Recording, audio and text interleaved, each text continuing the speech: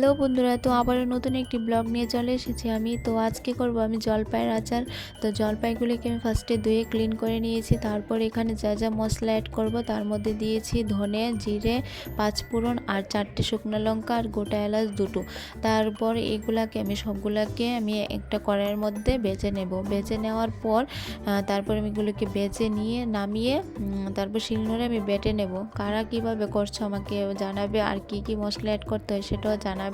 তো আমি এগুলোকে নামিয়ে নেওয়ার পর আমি এখানে জলপাইগুলিকে জলে বসিয়ে দিয়েছি খানিকটা পরিমাণ নুন দিয়ে। তো জলপাই সিদ্ধ হতে হতে আমি এখানে মশলাগুলিকে শিলনোড়ায় বেটে নেব। বেটে নেওয়ার পর আমার এখানে আবার জলপাইগুলি নামিয়ে নিয়েছি। তো তারপরে আমি জলপাইগুলিকে কিছুটা পরিমাণ ভেঙে নিয়েছি। ভেঙে নেওয়ার পর কড়াইয়ে বসিয়ে দেওয়ার পর কড়াইয়ের মধ্যে দিয়ে দিয়েছি তেল, তারপর দিয়ে দিয়েছি তেজপাতা, আর দুটো দিয়ে দিয়েছিলাম শুকনো লঙ্কা, আর কিছুটা পরিমাণ দিয়েছিলাম পাঁচফোড়ন। তো তোমরা কি আমার মতোই জলপাইয়ের আচার করছো? তাহলে সেটা আমাকে কমেন্ট করে কিন্তু জানাবে। আর আমার জলপাইয়ের আচারটা কেমন হয়েছে সম্পূর্ণ ভিডিওটা দেখার পর কিন্তু আমাকে কমেন্ট করে অবশ্যই জানাবে।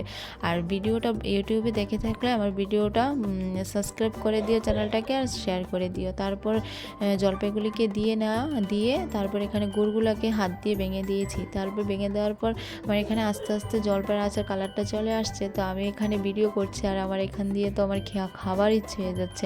তো খাবো। তারপর আর কিছুটা রেডি করে নিই। তারপর এখানে আমি যে মশলাটা বেটে নিয়েছিলাম শিলনোড়ায়, তো সেই মশলাটা অ্যাড করে দিয়েছি। সেই মশলাটাই আসল, কারণ এটা যে একটা স্যান্ট আসে তখন মনে হয় যে না আচার হচ্ছে।